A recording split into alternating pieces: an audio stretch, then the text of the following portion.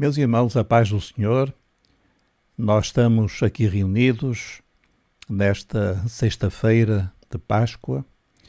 Há um ano, não sei se se recordam, tivemos um seminário, já também em confinamento, e esperamos que este seja o último, uma vez que tudo indica que em breve nós vamos poder voltar a reunir presencialmente. Só Deus sabe.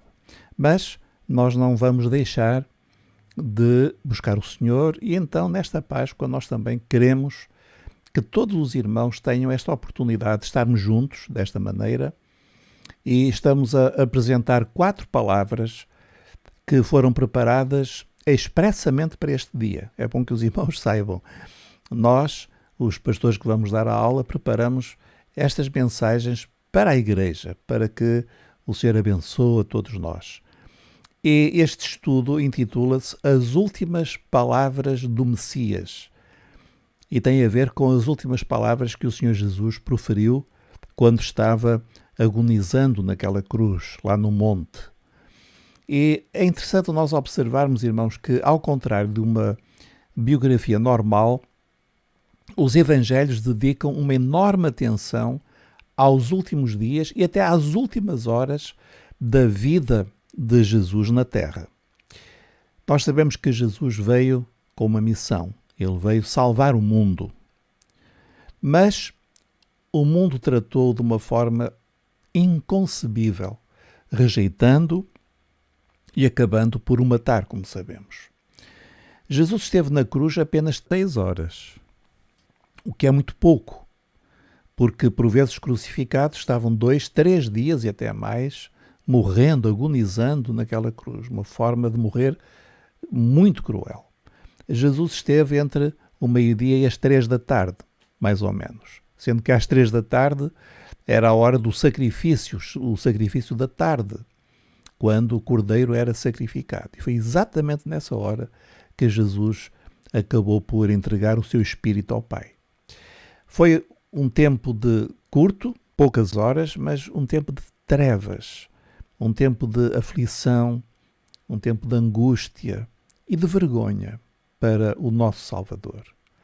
Mas também foi um momento em que se travou um gigantesco conflito, uma batalha que nós não podemos avaliar com os nossos olhos terrenos, mas uma batalha em que Jesus, como nosso substituto, nosso representante, ele venceu definitivamente Satanás, esmagando a cabeça da serpente, o pecado e a própria morte. Então é um tempo de uma angústia muito grande, mas para nós é um tempo de uma indizível vitória e felicidade, que nós precisamos de avaliar bem. E as últimas palavras de Jesus documentam exatamente esse conflito do qual ele saiu vitorioso, glorioso, vencedor. Então nós vamos, irmãos, dar hoje uma atenção especial às últimas palavras de Jesus, as últimas palavras do Messias. E cada uma destas palavras vai abrir o nosso entendimento para o extraordinário amor de Deus por nós. Este é o nosso grande objetivo nesta aula, é nós entendermos o grande amor de Deus por nós. Cada uma destas palavras é um motivo de gratidão, é um motivo de louvor e por isso, de certa maneira, este estudo, esta mensagem vai ser também um momento de louvor. Eu vou convidar os irmãos a acompanhar-me em diversos momentos e nós vamos louvar o Senhor. É o que nós podemos fazer, é louvar, é agradecer tudo aquilo que Ele fez por nós. Então, irmãos, nós vamos começar lembrando as 7 palavras que estão aqui projetadas. São elas: Pai, perdoa-lhes porque não sabem o que fazem. Hoje estarás comigo no paraíso. Mulher, eis aí o teu filho. Filho, eis aí tua mãe. Meu Deus, por que me desamparaste? Tenho sede. Está consumado. Nas tuas mãos entrego o meu espírito. Então nós iremos comentar brevemente, de uma forma muito sucinta, porque cada uma destas palavras daria para nós falarmos longamente. E vamos começar pela primeira palavra de Jesus, quando ele provavelmente ainda estava a ser crucificado, estava a ser pregado na cruz, e ele faz uma oração. E é muito interessante porque o sumo sacerdote, quando o sacrifício começava a ser feito, podemos dizer, quando o primeiro sangue era vertido, ele iniciava imediatamente uma oração. E então, naquele momento em que o sangue de Jesus, o sangue do Cordeiro, começa a ser visto, começa a ser derramado, há ali um momento em que o sacerdote ora. Mas o sacerdote é a própria vítima. O sacerdote é Jesus. Então, esta é uma oração sacerdotal, é uma intercessão. E é muito interessante porque o profeta Isaías, ele tinha profetizado isto mesmo, que Jesus iria interceder pelos transgressores. Então nós lemos assim: derramou a sua alma na morte e foi contado com os transgressores, mas ele levou sobre si o pecado de muitos e intercedeu pelos transgressores. Irmãos, é algo notável, maravilhoso, como é que a primeira coisa que o Senhor Jesus faz, quando aqueles soldados grosseiros, brutais, o estavam a crucificar, ele olhou para eles e orou ao Pai para que lhes perdoasse, porque eles não tinham consciência do que estavam a fazer. Isto é, eles não tinham noção da gravidade daquilo que estavam a fazer. E nós sabemos que esta oração de Jesus, ela foi respondida de imediato, porque logo nos minutos a seguir nós vemos dois homens que se convertem. Um é o malfeitor que estava crucificado à sua direita e o outro é o centurião romano. E ambos foram poderosamente tocados pelo comportamento e pelas palavras de Jesus ali na cruz. Mas esta intercessão sacerdotal também se dirigiu àqueles que estavam à volta da cruz, que tinham gritado a Pilatos: crucifica-o, crucifica-o, e que algumas semanas mais tarde, ouvindo a pregação de Pedro e dos demais apóstolos, eles também entenderam o pecado que tinham cometido. E o Pai orou, e Jesus orou ao Pai para que lhes perdoasse. Então muitos se converteram. Passado algum tempo, após o Pentecostes, muitos daquela multidão que estava ali, insultando Jesus, pedindo a sua morte, muitos depois se arrependeram e se converteram. Então esta oração foi respondida. Meus irmãos, e nós também estamos aqui hoje porque Jesus orou por nós, não é verdade? Nós estamos aqui pelo amor do Senhor, porque nós também somos pecadores. Nós não estávamos lá naquele dia, mas era como se estivéssemos. E nós sabemos que a primeira grande bênção pela qual o Senhor orou e que já nos alcançou é a bênção do perdão. Nós estamos perdoados. Somos pecadores, sim, mas somos pecadores perdoados. Como aquele malfeitor que não merecia nada, mas que foi perdoado na última hora. Como aquele centurião, como aqueles que mais tarde em Jerusalém se converteram. Nós também somos pecadores perdoados. E os irmãos, se quiserem, repitam comigo estas palavras muito simples de gratidão. Pai, obrigado porque perdoaste tudo quanto pequei contra ti. Obrigado, Senhor. A segunda palavra de Jesus dirigiu-se àquele homem, aquele criminoso, aquele malfeitor que estava crucificado ao seu lado. E estas palavras foram palavras maravilhosas. Hoje estarás comigo no paraíso. O que é uma declaração absolutamente surpreendente, porque nós sabemos a história deste homem. Sabemos que eles foram acusados, os dois, de sedição, de revolta e de homicídio. Então eram homens que mereciam estar ali. E os dois inicialmente começaram a troçar, a escarnecer de Jesus. Mas um deles, pouco a pouco, ele foi vendo o comportamento, ouvindo as palavras de Jesus, e ele foi profundamente tocado e foi transformado. E o seu coração foi mudando. E nós sabemos que chegou um momento em que ele pediu ao Senhor que se lembrasse dele. Então nós vemos aqui neste homem sinais de uma genuína conversão. E podemos até dizer que foi o primeiro convertido naquela situação. E depois muitos outros se seguiram até hoje. E como é que nós sabemos que ele se converteu? Pelos sinais que nós temos aqui. Em primeiro lugar, ele reconheceu que estava ali justamente. Ele diz ao seu companheiro: nós estamos aqui porque merecemos. Mas ele reconhece que Jesus não merecia. Ele reconhece que Jesus era inocente. E ao orar ao Senhor, ao dizer: Senhor, lembra-te de mim quando entrares no teu reino, ele manifesta fé em Jesus como o Senhor de um reino que haveria de vir. Coisa extraordinária, porque os judeus não entenderam, e este homem entendeu. Os religiosos, aqueles que conheciam a Bíblia, não compreenderam que estava ali o rei de um reino que não era o reino que eles esperavam, um reino político, mas era um reino eterno. E este homem, incrivelmente, entendeu. E também um outro sinal da sua conversão é que ele apela com uma fé simples à graça salvadora. Ele não podia apresentar obras, não é verdade? Ele não podia dizer: Senhor, eu mereço, eu sou como aquele jovem, eu tenho guardado a lei desde a minha mocidade. Ele não tinha nada. Ele apelou à pura graça de Deus, à misericórdia do Senhor.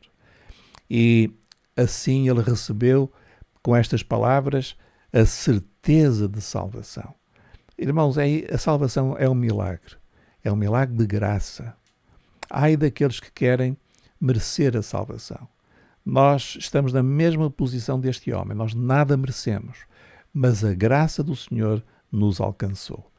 Então nós temos aqui uma segunda bênção, que está incluída nesta salvação que Jesus conquistou para nós. É a certeza de uma vida eterna. Vamos agradecer ao Senhor. Senhor, obrigado por me deixares entrar no teu reino eterno. Aleluia. Graças a Deus. Um dia nós estaremos com este homem no reino eterno. Irmãos, passemos à terceira palavra. Nós sabemos que havia várias mulheres que estavam junto à cruz. E pela narrativa dos evangelhos nós entendemos que seriam 4, mas haveria certamente mais. A mãe de Jesus, uma outra Maria, que era a mulher de Cleófas, a Maria Madalena, e depois uma outra que provavelmente seria a irmã da mãe de Jesus, talvez Salomé, a mãe de Tiago e João. Não sabemos os pormenores, mas é muito provável que sejam estas as mulheres que estavam ali. E além delas estava um discípulo. Judas já se tinha suicidado, os outros 10 tinham fugido e agora estava ali apenas um. Perdão, os outros 10 tinham fugido, sim, estava ali apenas um, que era João. Talvez o mais novo, supõe-se, o mais jovem, e o mais ligado a Jesus, o que eu amava, a quem Jesus amava de uma forma especial. E era um jovem que, para quem Jesus era tudo. Ele vivia para Jesus. Então ele perder Jesus era um choque, era algo inimaginável. E para Maria nós nem podemos imaginar. O que será ver uma mãe ver um filho morrer daquela forma? Irmãos, nós nem podemos imaginar. E Jesus dirige-se a Maria, dizendo: mulher, eis aí o teu filho. É interessante que o Senhor Jesus nunca tratou Maria por mãe. Nunca. Mas por mulher. Isto não é uma falta de respeito, de consideração ou de amor pela sua mãe. Mas porque Jesus estava numa posição que Maria reconhecia. Jesus era o Salvador de Maria. Jesus era o Senhor de Maria. Então, ele dirigiu-se a Maria nestes termos: mulher, eis aí o teu filho, apontando para João. Lembramos que Maria tinha mais filhos e nós podemos pensar: porque é que Maria não foi acolhida pelos seus outros filhos? Bom, uma das razões mais óbvias é que os irmãos de Jesus, neste momento, ainda não acreditavam em Jesus. Nós sabemos que eles até troçaram de Jesus quando ele manifestou a intenção de ir a Jerusalém, e de facto só depois da ressurreição é que nós temos notícia de que eles passaram a crer. E vemos que eles estavam no grupo que no cenáculo oraram durante aqueles dias, conforme o Senhor tinha mandado, oraram até que o Espírito Santo desceu no dia de Pentecostes. Portanto, só depois da ressurreição é que os irmãos, também havia irmãs, mas estes irmãos, Tiago, José, Simão, Judas, Tiago e Judas tornaram-se particularmente conhecidos na igreja. Só depois disso é que eles começaram a crer em Jesus. Então, neste momento, Maria ia ficar sozinha, podemos dizer assim. E por isso, a preocupação de Jesus com a sua mãe. Então, mulher, eis aí o teu filho. Mas também a João. João que amava profundamente Jesus. Então eram dois desamparados ao partir, ao morrer, ao ficarem naquele estado de choque. Emocionalmente devia ser um choque que nós nem podemos imaginar, sobretudo para a mãe, mas também para João. Então Jesus viu o estado emocional em que eles se encontravam e disse a Maria: mulher, eis aí o teu filho. E disse a João: eis aí tua mãe. O que é que nós podemos entender, irmãos, desta palavra do Senhor Jesus? Entendemos que o Senhor tem para os seus uma nova família. O Senhor não quer ninguém sozinho. Não quer que ninguém esteja abandonado. O Senhor tem para nós o calor, o amor de uma nova família, que é a família da fé. Como lemos em Efésios 2,19. Assim que já não sois estrangeiros, nem forasteiros, mas concidadãos dos santos e da família de Deus. A família da fé é algo extraordinário, irmãos. Nós não devemos desprezar a nossa família de sangue, pelo contrário. Temos de cuidar, especialmente quem tem pais, cuidar com muito cuidado dos seus pais. Os pais têm de cuidar dos seus filhos, marido, da esposa, etc. Mas há uma outra família. Uma família que vem não do sangue, mas que vem do Espírito. É a família da fé. É a igreja de Jesus. São os irmãos. E nós, irmãos, não podemos nunca esquecer que, embora até socialmente, humanamente, nós possamos estar sós, não é isso que Deus tem para nós. Nós estamos juntos. Estamos juntos, seja qual for a nossa situação. Há irmãos que estão isolados neste momento, que estão sozinhos. Há irmãos mais idosos. Mas todos os irmãos são igualmente amados. E esta é uma palavra de Jesus para si. Eis aqui o seu irmão, a sua irmã. Eis aqui a sua família. Então nós vamos agradecer ao Senhor por este grande milagre. Senhor, obrigado pelos meus irmãos na fé, que nunca me deixam sentir sozinho. Aleluia, graças a Deus. E vamos, irmãos, avançar para a quarta palavra de Jesus. E esta palavra de Jesus é um grito, é um clamor, porque ele grita palavras que são extraídas de um salmo. Meu Deus, por que me desamparaste? E nós sabemos que Jesus não estava a citar um salmo porque se lembrou de citar o salmo. Era aquilo que estava dentro dele. Naquele momento, aquele brado dele, citando as palavras do salmista, era a realidade que ele estava a viver. Algo impensável para o filho amado, do qual o pai tinha dito: este é o meu filho amado, em quem me comprazo. O amor do pai pelo filho era algo tão precioso. E nós vemos que quando Jesus foi batizado e ele saiu das águas e foi cheio do Espírito Santo, ouviu-se esta voz dos céus: este é o meu filho. Irmãos, o pai tinha tanto amor pelo filho e tem tanto amor pelo filho. E podemos dizer assim, tem tanto orgulho no filho, porque ele foi sempre um filho obediente, um filho maravilhoso. Como explicar que esse mesmo pai, naquele dia, tenha virado as costas ao seu filho amado? Irmãos, este é um dos maiores mistérios para nós. Mas nós sabemos que isso aconteceu. Deus desamparou o seu filho. E nós lembramos-nos de um outro pai que também foi levado a um monte para sacrificar o seu filho. Foi Abraão, que levou Isaque ao monte.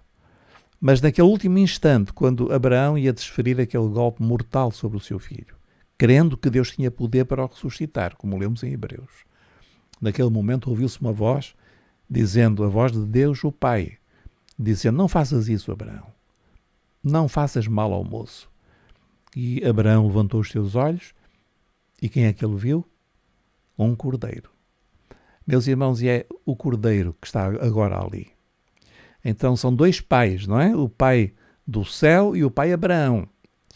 E era como se o pai do céu dissesse a outro pai, Abraão, Abraão, tu estás a sentir aquilo que eu vou sentir também. O que é ter um filho e que eu vou matar, eu vou deixar que seja morto, eu vou sacrificar. Tu não vais sacrificar o teu filho, não é preciso, porque eu vou dar o meu em vez do teu filho. Então Jesus estava ali como o cordeiro, como o nosso substituto. E naquele momento, e isto é uma coisa que eu não consigo entender, mas naquele momento todo o pecado da humanidade estava sobre Jesus. Mas conseguem conceber uma coisa dessas? Se nós imaginarmos todos os milhões de pessoas que já existiram, que existem e que ainda vão existir, todos os seus pecados, todas as suas faltas, desde as mais pequeninas até aos gestos mais grosseiros, mais obscenos, mais imorais, mais injustos, mais violentos, mais sangrentos, tudo caiu sobre Jesus. E nós lemos em 2 Coríntios aquilo que aconteceu lá na cruz. Aquele que não conheceu pecado, Deus o Pai, o fez pecado por nós, para que nele, em Jesus, fôssemos feitos justiça de Deus. Então deu-se aqui uma troca. Deus trocou a justiça do seu Filho amado pela injustiça, pelo pecado da humanidade inteira. E por isso ele abandonou o seu Filho. Ele desamparou o seu filho com um único objetivo: que Isaque não morresse, que nós não morrêssemos, que os pecadores não morressem, mas que nós fôssemos salvos. E esta é a história do grande amor de Deus por nós, que foi ao ponto de dar o seu Filho unigênito naquela cruz em nosso lugar. Nós lemos, irmãos, uma das mais espantosas profecias, que é o capítulo 53 de Isaías, e nós lemos assim: ele, referindo-se profeticamente a Jesus, ele foi ferido por causa das nossas transgressões. Irmão, pense bem nisto. Jesus sofreu por sua causa, por minha causa, e moído por causa das nossas iniquidades. O castigo que nos traz a paz, e hoje, graças a Deus, nós temos paz com Deus, o castigo que nos traz a paz estava sobre ele, e pelas suas pisaduras fomos sarados. E também lemos em Romanos uma lembrança do seguinte, que Deus não poupou a seu Filho. E se ele não poupou a seu Filho, nós temos, irmãos, uma esperança extraordinária. Vamos ler este texto. Aquele que nem mesmo a seu próprio Filho poupou, antes o entregou por todos nós, como nos não dará também com ele todas as coisas? Irmãos, este texto nós precisamos de o saber de cor, porque diz uma verdade extraordinária. Se Deus não poupou o seu Filho, antes o entregou, será que ele não nos vai dar outras coisas? Se Deus nos deu o seu Filho, se Deus nos deu a vida, se Deus nos deu a entrada no reino, será que ele não nos vai dar outras coisas que são bem mais pequenas quando comparadas com isso? E às vezes nós temos hesitação a orar, mas em Jesus nós temos a certeza absoluta. Jesus é a máxima oferta de Deus à humanidade. A partir daí, tudo o resto o Senhor nos pode conceder. Por isso nós podemos orar com confiança, porque o Senhor nunca nos vai desamparar. Então, irmãos, nós podemos hoje glorificar o Senhor por esta bênção. O Senhor é o meu amparo. O irmão pode dizer isto? Diga em voz alta. O Senhor é o meu amparo. E nós vamos glorificar o Senhor com estas palavras. Senhor, obrigado porque estás comigo e nunca me desampararás. Crê neste irmão. O Senhor nunca o vai desamparar. Glórias ao nome de Jesus. Ele foi desamparado para que nós nunca sejamos desamparados. Aleluia. Irmãos, agora entramos na quinta palavra de Jesus.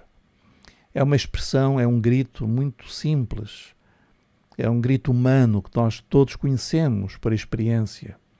Quando Jesus diz, tenho sede. Isto lembra-nos a humanidade de Jesus. Jesus era um homem. Ele está ali na cruz. Quem está na cruz não é um super-homem. É um homem em carne, como nós, que sofreu na carne, no corpo, como nós também sofremos. Então, estas palavras lembram-nos o sofrimento físico de Jesus. Irmãos, sem querer impressionar ninguém, lembremos que antes de ser crucificado, Jesus já tinha recebido 39 chicotadas. Ele foi chicoteado. O chicote, eu quando li a descrição do chicote que era usado, eu até me senti mal. Um chicote horrível, com pontas de osso, com vidro, que puxavam, que entravam na carne, que repuxavam a carne, que traziam atrás de si a carne, que deixavam aberta, às vezes até expondo não apenas ossos, nervos, mas até órgãos vitais. Muitos morriam só pelo chicoteamento. E Jesus tinha recebido estas chicotadas. O seu corpo estava dilacerado, muitas feridas abertas, muitas infecções que já tinham tido início, cheio de febre, desidratado e por isso com uma sede terrível, uma necessidade terrível de beber alguma coisa. E por fim ainda lhe deram vinagre. A amargura máxima da dor e do sofrimento. Irmãos, é muito importante nós compreendermos este aspecto físico das dores de Jesus, porque o profeta diz, ele tomou sobre si as nossas enfermidades e as nossas dores levou sobre si.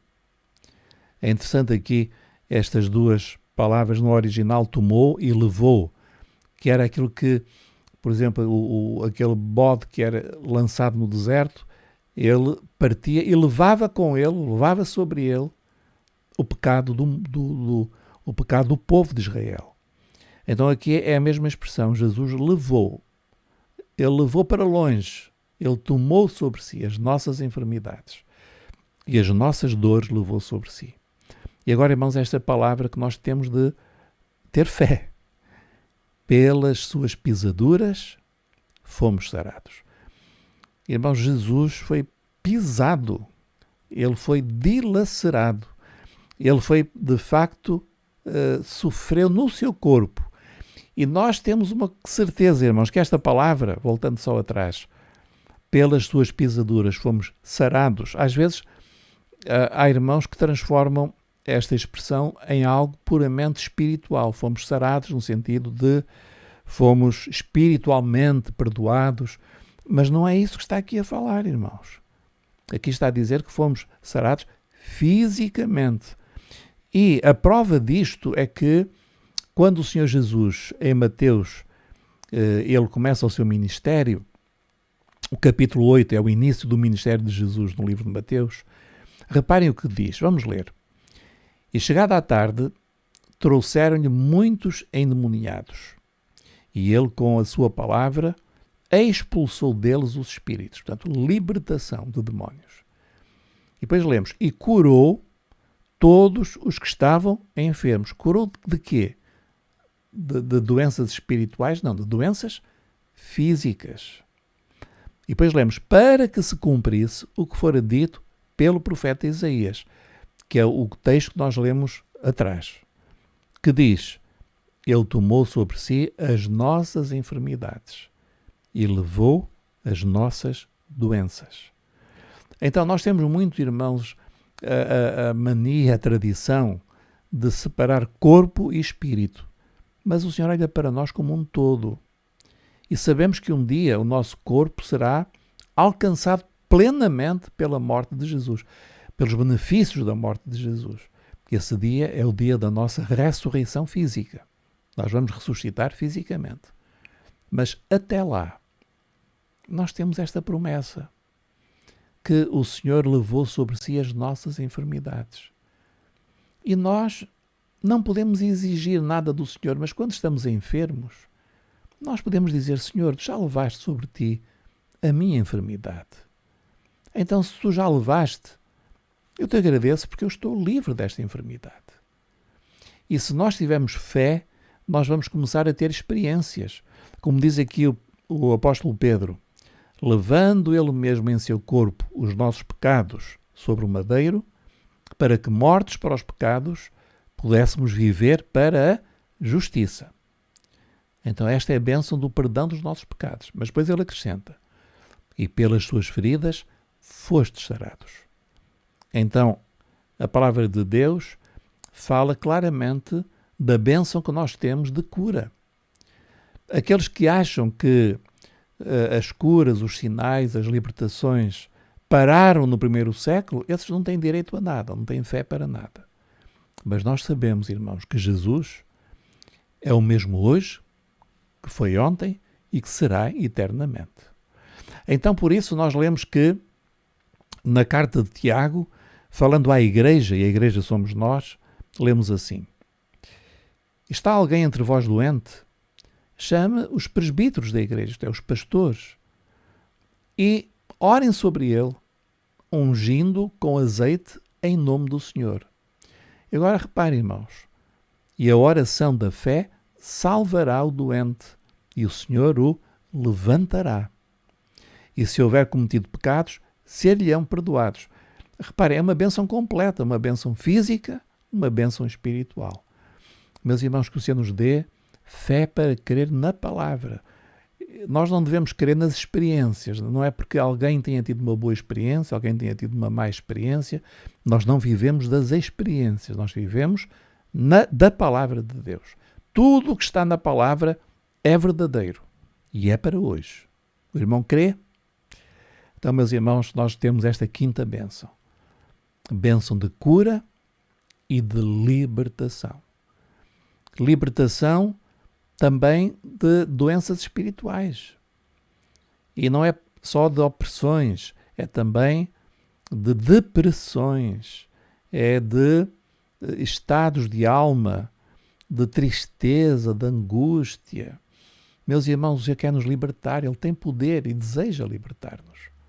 E curar-nos também. Quem sabe hoje Deus quer tocar no corpo do irmão. Se o irmão tiver fé e disser: Senhor, eu creio que Tu já levaste a minha doença sobre Ti na cruz do Calvário. Então nós vamos orar, irmãos, e vamos dizer assim: Senhor, obrigado porque na cruz levaste as minhas enfermidades. E agora tenho direito a cura e libertação. Aleluia, glórias a Deus. Sexta palavra, irmãos. Está consumado. Quer dizer, foi tudo cumprido. A palavra no grego, tetelestai, vem de uma palavra que é teleos, quer dizer fim ou finalidade. Então o verbo quer dizer o fim, a meta foi atingida. Tudo foi cumprido. O que é que foi cumprido? A obra, toda a obra que o Pai lhe deu para fazer na terra. Irmãos, pensem nisto. O Pai deu uma obra para o Filho realizar. Ele realizou-a toda, sem falhas. Jesus fez tudo. Também Jesus cumpriu toda a profecia. Ele cumpriu toda a lei, todos os sacrifícios, todos os rituais da lei. Tudo foi cumprido por Jesus. Então, irmãos, nós lemos em Hebreus que num único sacrifício Jesus cumpriu toda a lei. Lemos assim: mas este Jesus que, havendo oferecido para sempre um único sacrifício pelos pecados, está assentado. É interessante, irmãos, estar sentado significa exatamente isto. Porquê é que Jesus está sentado? Porque ele agora não está mais trabalhando, ele cumpriu, ele acabou a obra, por isso ele está sentado. À destra de Deus, daqui em diante, esperando um dia, esse dia da sua volta, até que os seus inimigos sejam postos por escabelo de seus pés.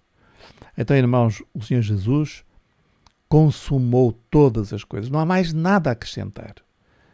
Se alguém ouvir alguma religião, algum líder, dizer que nós temos de fazer alguma coisa para merecer, para aperfeiçoar, para acrescentar alguma coisa ao sacrifício de Jesus, irmãos, isso é não só errado, como é uma blasfémia, porque Jesus tudo consumou na cruz do Calvário. Então a sexta bênção, irmãos, que nós temos em Jesus é esta salvação completa, perfeita, terminada, à qual não é preciso acrescentar nada, rigorosamente nada. E nós vamos glorificar o Senhor também por isto. Senhor, obrigado porque na cruz completaste por inteiro a minha salvação. Uma salvação perfeita em que posso descansar. Graças a Deus. Irmãos, e vamos para a última palavra de Jesus, quando ele diz ao Pai, instantes antes de morrer, ele diz: nas tuas mãos entrego o meu espírito. E só para lembrar, irmãos, que a morte de Jesus foi voluntária, mas foi voluntária neste sentido. Ninguém podia matar Jesus. Pensem bem nisto, irmãos. Ninguém podia matar Jesus, só se ele deixasse. E por isso ele disse aos discípulos em João, no capítulo 10, nós lemos assim: por isto o Pai me ama, porque dou a minha vida. Portanto, um ato voluntário. Dou a minha vida para tornar a tomá-la. Ninguém me tira de mim, mas eu de mim mesmo a dou. Tenho poder para a dar e poder para tornar a tomá-la. Este mandamento recebi de meu Pai. E de facto, irmão, Jesus foi à cruz voluntariamente. Quando os soldados foram prender Jesus e quando perguntaram e quando disseram: nós estamos aqui para prender Jesus, e Jesus disse: sou eu, eles caíram por terra. Só as palavras de Jesus dizendo sou eu sou, eles não aguentaram ficar em pé, os soldados caíram.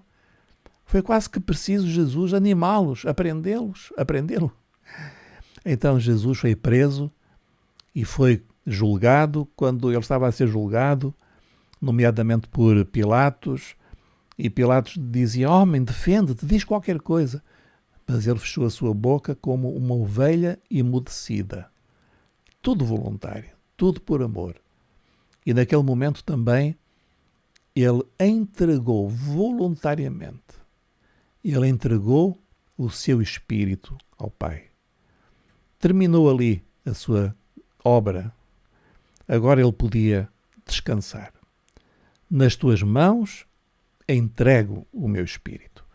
Irmãos, e é muito interessante este aspecto, porque quando no templo o cordeiro era sacrificado, o sacerdote que degolava o animal recebia o sangue, guardava o sangue em vasilhas, em bacias, para depois o aplicar aspergindo sobre pessoas e objetos. Mas nós vemos aqui que o cordeiro é Jesus. O sangue dele está a ser derramado, mas a quem é que ele entrega o seu sangue? A quem é que ele entrega a sua vida ou o seu espírito?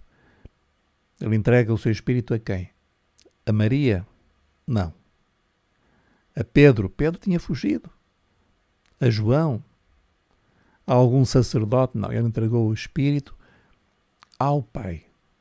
Então, meus irmãos, neste momento, usando esta imagem assim muito simples, é como se na eternidade haja bacias, haja vasilhas onde o sangue de Jesus está. Claro que não é o sangue biológico, é o Espírito de Jesus, a vida de Jesus.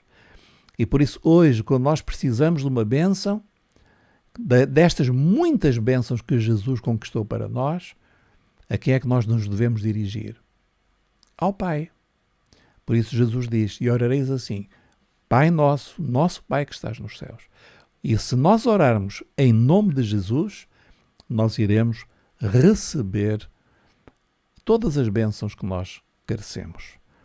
Meus irmãos, esta é a 7ª e última bênção que eu designei assim. O que é o Espírito? O que é a vida de Jesus? É um tesouro. É um tesouro de bênçãos. Porque vida, a gente nem consegue definir o que é vida. Mas o irmão pensa o seguinte, o irmão tem um tesouro à sua disposição. E é por isso que nós oramos. E que nós precisamos de orar com confiança. Porque podemos alcançar graça junto do trono. Porque o Senhor deu o seu Espírito, Ele deu a sua vida. Está entesourada, está guardada nos céus, esperando que nós peçamos ao Pai. E o Pai nos dará tudo o que nós pedirmos em nome de Jesus. Não é maravilhoso, irmãos? Então nós vamos, mais uma vez, glorificar o Senhor. Senhor Jesus, eu te louvo porque entregaste ao Pai a tua vida. E agora eu posso clamar a Ele e, pela fé, receber os tesouros da tua graça. Glórias a Jesus. E é por isso que nós clamamos pelo sangue de Jesus. É por isso que nós oramos. É por isso que nós buscamos o Pai. Porque Ele tem o Espírito de Jesus. As bênçãos de Jesus. O tesouro que Jesus conquistou para nós. Amém, meus irmãos? Nós vamos terminar e gostaríamos de ler este texto que nos fala exatamente do grande objetivo desta palavra que nós apresentamos logo no início, que é termos uma noção mais profunda a respeito do amor de Deus por nós. Então vamos ler, irmãos, este texto. Eu convido, se os irmãos puderem, ler em voz alta comigo. Vamos ler todos juntos. Para poderdes perfeitamente compreender com todos os santos qual seja a largura e o comprimento e a altura e a profundidade e conhecer o amor de Cristo, que excede todo o entendimento. Glórias a Jesus. Meus irmãos, que o Senhor, pelo seu Espírito Santo, nos dê entendimento de todas as dimensões do amor de Deus. Eu às vezes penso que a salvação é como um palácio cheio de divisões riquíssimas, com tesouros lá dentro. Mas muitas vezes nós vivemos só numa sala, estamos apenas num corredor e numa porta nós nunca entramos, na outra também nós nunca tivemos fé para bater e entrar. E há muitas portas que se podem abrir para nós. São as portas da salvação, portas que nos levam aos tesouros que Jesus conquistou por nós. Então esta palavra é para nós termos mais fé, entendimento, desejo de entrar nessas portas que o Senhor tem para nós entrarmos por elas. Portas para a família, portas de cura, portas de libertação, portas de poder para testemunhar. Tantas portas que o Senhor tem para nós que nos dão acesso ao seu grande amor por nós. Então nós vamos hoje permitir que o Senhor abra o nosso entendimento. E eu vou orar com os irmãos mais uma vez, dizendo estas palavras. Cada um de nós pode dizer assim, cada um por si. Pai, pela fé eu me aproprio das bênçãos que o teu Filho conquistou para mim. Bênçãos para o meu corpo, para a minha alma e para o meu espírito.